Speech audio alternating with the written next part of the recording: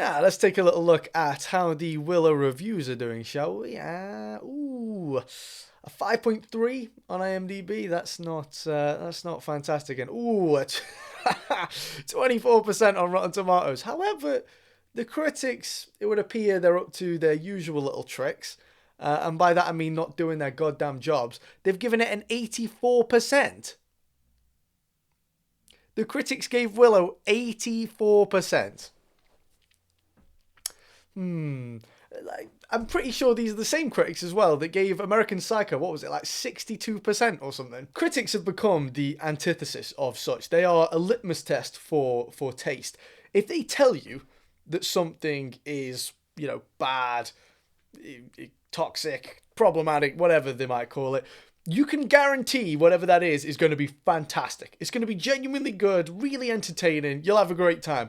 And if they tell you that something is amazing, it's bold, it's beautiful, it's the most amazing thing I've ever seen, it's a must watch, it's going to be a steaming hot pile of garbage with a pre-digested little cherry on top. How these people still have jobs, I have no idea. But the audience reviews would seem to align with my assessment of the first episode, which is that it's, how do I put this, shit? Now, a few people got awfully upset with my previous video, and I think that's because a lot of people grew up watching the original film, and they have an emotional attachment to it, which is absolutely fine. I've not seen the film myself, but, when I speak badly of this show and when I poke fun at it, don't, construe that for me sort of taking shots at Willow, the franchise itself. Like I say, I don't know anything about it, but, don't, for a second, conflate this with the original, because the consensus I've got from the fans themselves who like the original film is that this has just got nothing to do with it. So when I do make fun of this show, don't take things too personally. Let go of those feelings. You need not suffer at the hands of Disney. The Willow series is stinky poo-poo. Search your feelings. You know it to be true. No! Well, that's about enough nut slapping for now. Should we take a look at episode 2? Alrighty then.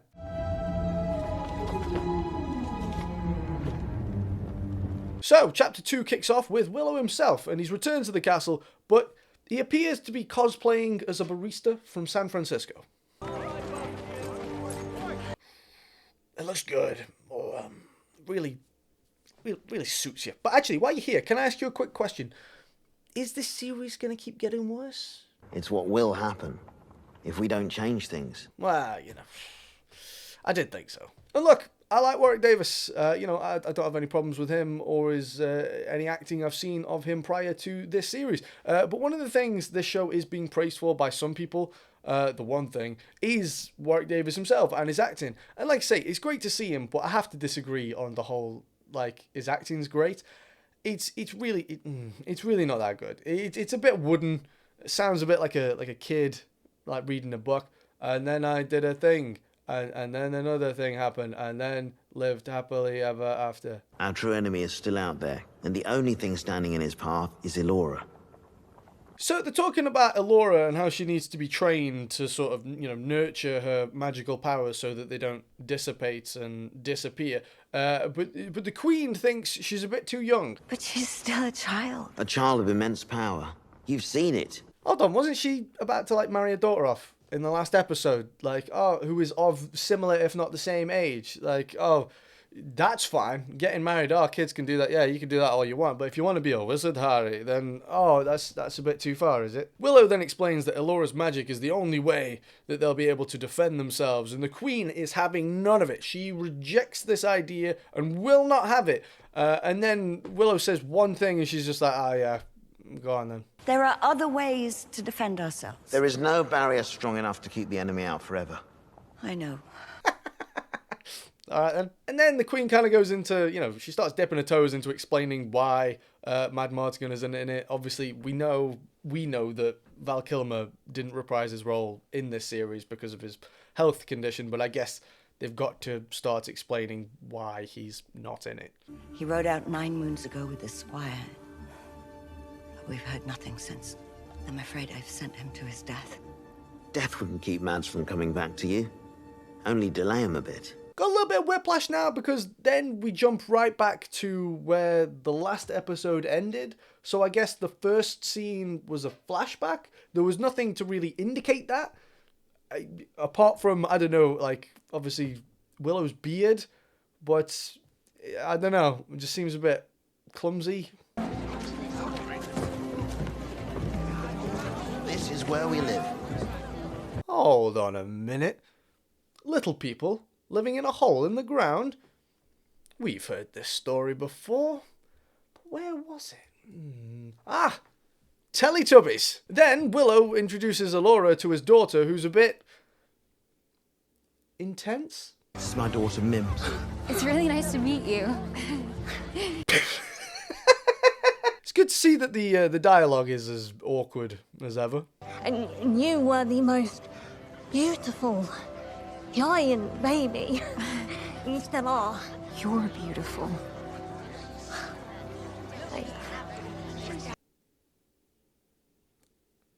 Okay. The High Aldwin will now address the village. Thank you very much, thank you. Calm down, my brother. Ready? I don't know what you're gonna do, but I will consult the bones.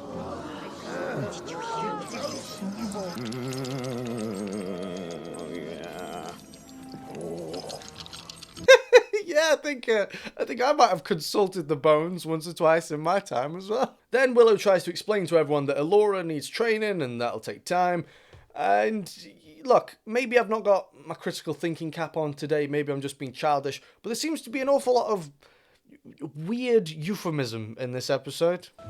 Do the finger test. She ought to be able to pass that. Finger test! Finger test! Now that's more like it.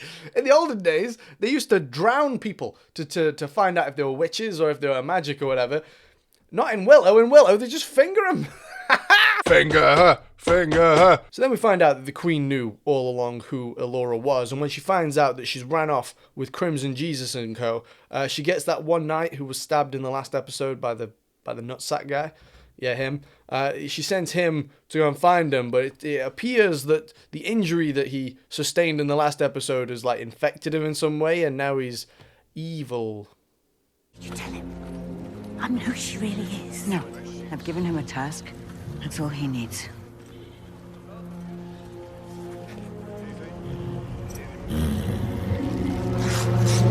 Also, the girl who is Willow's daughter reminds me of Voldemort in the Philosopher's Stone. It's a bit harsh, but when you see it, you can't unsee it. Oh yeah, I forgot you're hilarious. Hey, sorry about that. I mean, it's your daughter. Yeah, I was out of line. Sorry. Well, at least I'm not the only one who thinks Warwick's acting is a little bit stinky. oh my god. Come on. Fun fact, it turns out Willow is set on Tatooine. Then there's this scene where Willow is trying to teach Elora how to say this spell. And at first it's quite funny because it's kind of poking fun at how, you know, uptight magic scenes can be. They can be a bit pretentious sometimes. And yeah, it pokes a bit of fun at that. Repeat after me. Tuatha, Ulthrockmora, Hoatha. Tuaka, Throckmorda, Huatha. But then it keeps going and going and going and going, and they basically end up just telling the same joke again and again for about 3 minutes, and it's just like... Then we have a flashback of Willow being a nonce because... I know they'd love you. Wait, come back. I didn't mean anything. Well, at least Elora knows what's up. And when I wasn't getting teased, I worked in the kitchens. And I learned how to cook. That's who I am. Based. I'm just messing. Sorry. But it seems Elora's not the only one having epiphanies this episode. The princess then suddenly realizes just how bad this series is. This isn't working. And we're wasting time. Pretty much. And so far, this episode has been relatively inoffensive. There's not been anything that's got me face-palming too badly. But then, of course, we have to take a big old sip of the Mary Sue brew. And rather than show us why Elora is special, we have another character tell us, because that's always fun. Why do you think Kid is so mean to you? She's jealous. Why do you think Jade defends you? She's dedicated, and Borman sticks around to see what you can do. So, yeah, there's something kind of funny about the fact that you seem to be the one person who can't see how extraordinary you are. She's done literally nothing. She turned up, said, I like baking, got fingered by Willow, and now she's extraordinary, apparently. Alright then. Good news, because Willow has also decided to have an epiphany this episode as well. In the end, for our world to survive, Laura Dannon has to die. Well, kill the bitch then. Sorry. No! There must be another way. Anyway, this episode then ends with Laura being punched in the head, and then an indie acoustic song about a man and his hurdy-gurdy starts playing. I've not made that up. That's just how it ends.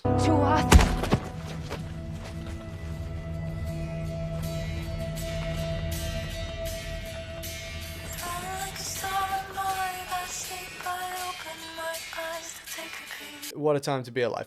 Anyway, I hope you enjoyed this video, and I do hope you can join me for the next one. You little bitch. Like and subscribe, and if you are in the market for a lovely chair like mine, you can use my affiliate link down below, and you'll be helping me out as well. Thank you very much for watching, guys. Take care of yourselves. And of course, a big shout out to my top tier members, Pozamon, Flunky, Jax, and Brenners. Once again, you guys have stuck with me. I can't thank you guys enough. Your support really is helping behind the scenes.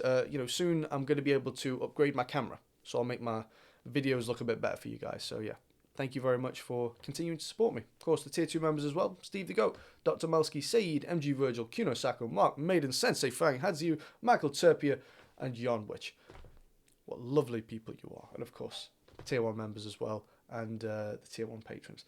Yeah, thank you very much, guys. Like I say, you really are helping me behind the scenes, so thank you. Take care.